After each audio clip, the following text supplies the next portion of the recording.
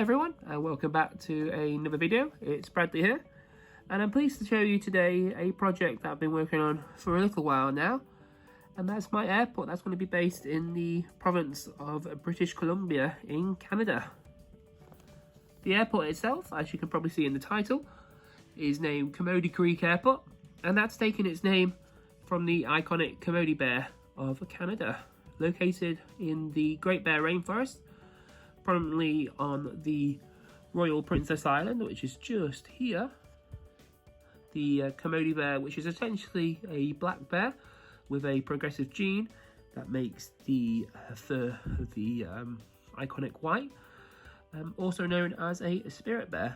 This particular airport though will be based in a suburb of Vancouver,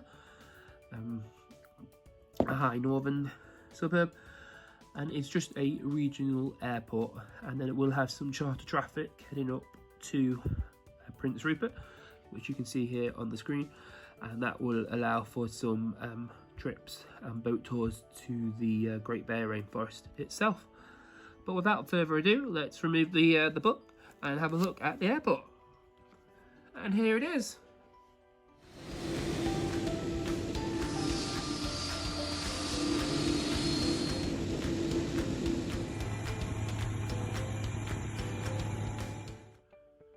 So as you can see, the airport itself is just a small regional airport, and it's taken a lot of inspiration from Abbotsford, which is another regional airport in the Vancouver area towards the east of Vancouver City itself. But it's not limited to just Abbotsford. I've also taken a good look at Prince George Airport, Edmonton, Calgary and Vancouver Airport itself, just to have a look at some of the different regional airports, and Vancouver for the wide bodies there as well, just to try and get the Canadian Air markings on the ground as accurate as possible.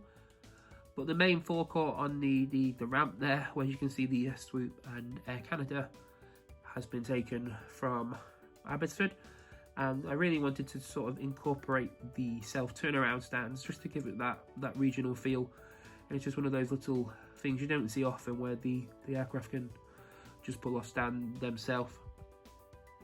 But also not limiting myself to just small regional aircraft. I wanted the airport to be able to accommodate some of the wide bodies, but maybe not as regular. As you can see here, just on the right hand side, I've got a wide body stand, and that can be positioned in two different variants. We've got the main stand, which is the diagonal line, and that's mainly for cargo freighters.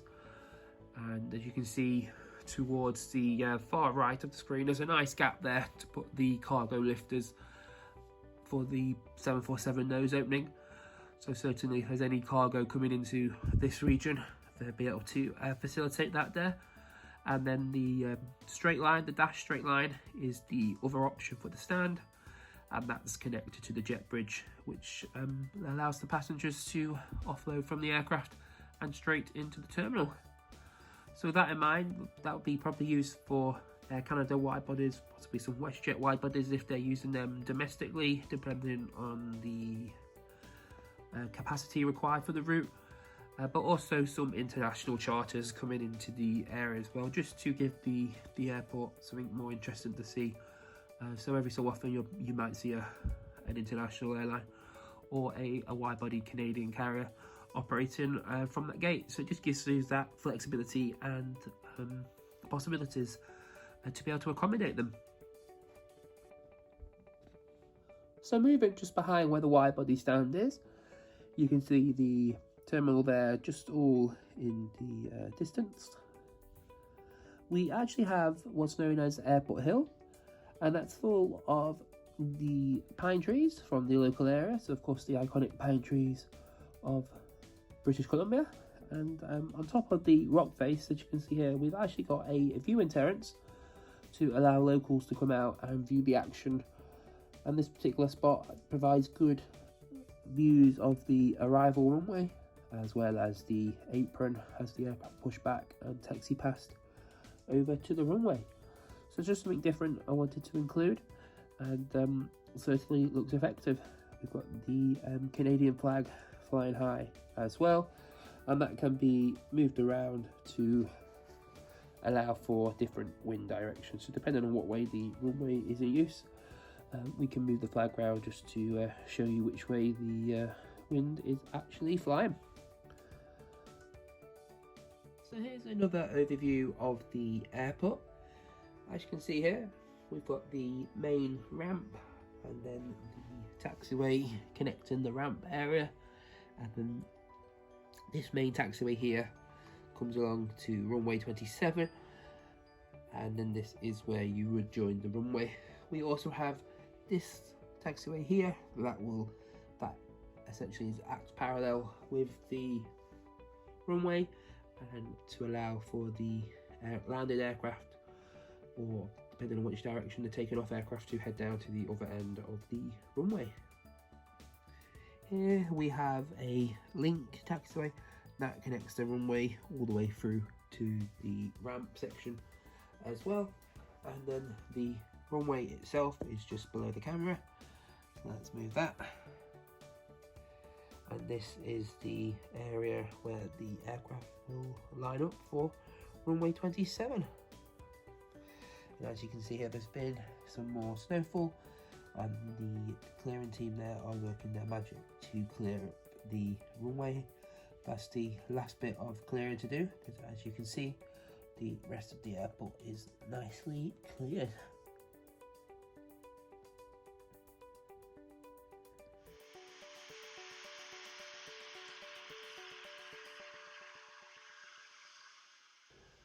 So the snow clearing team are making excellent progress of clearing down the runway.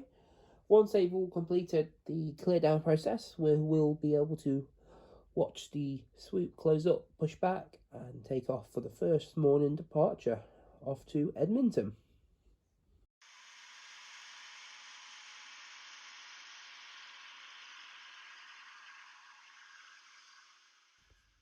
Great news, now the runway is all clear.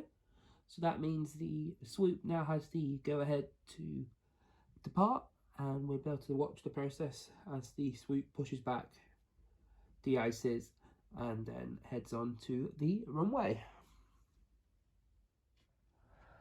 So we're now here on the ramp view on gate number 2. The swoop is in the final preparations of the departure. As you can see, the final bags are just being loaded. The steps are still attached, but they will be coming off soon once the final passengers have boarded, and then the equipment will be taken away and the aircraft will taxi off under its own steam.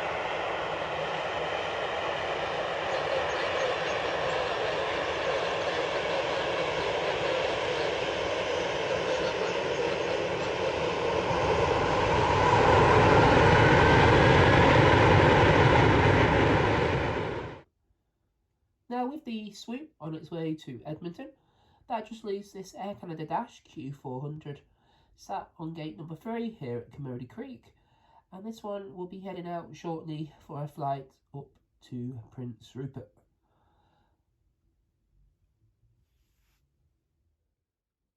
So this brings to a close the first update for Kermode Creek. I do hope you've enjoyed the update and this new airport to the channel. You will see this one a lot, so hopefully we'll do a regular monthly updates and various different things of the comings and goings of the different jetliners, turboprops visiting the snowy airport. I've really enjoyed modelling something different. Never done anything with this extreme weather, so it's nice to have a different scene to display and show off to you guys. If there's any particular route or Canadian aircraft you'd like to see on a future update, just let me know, and if I have them, I will certainly include that in one of the next updates. If I don't have it, it's probably already on my list of Canadian jets to get. So hopefully in the near future, eventually we'll be able to include that in an update as well. But that's all from Kermode Creek and our resident Kermode bear lining up here on 27th. Thank you very much for watching. I do hope you've enjoyed, and we'll see you in the next update.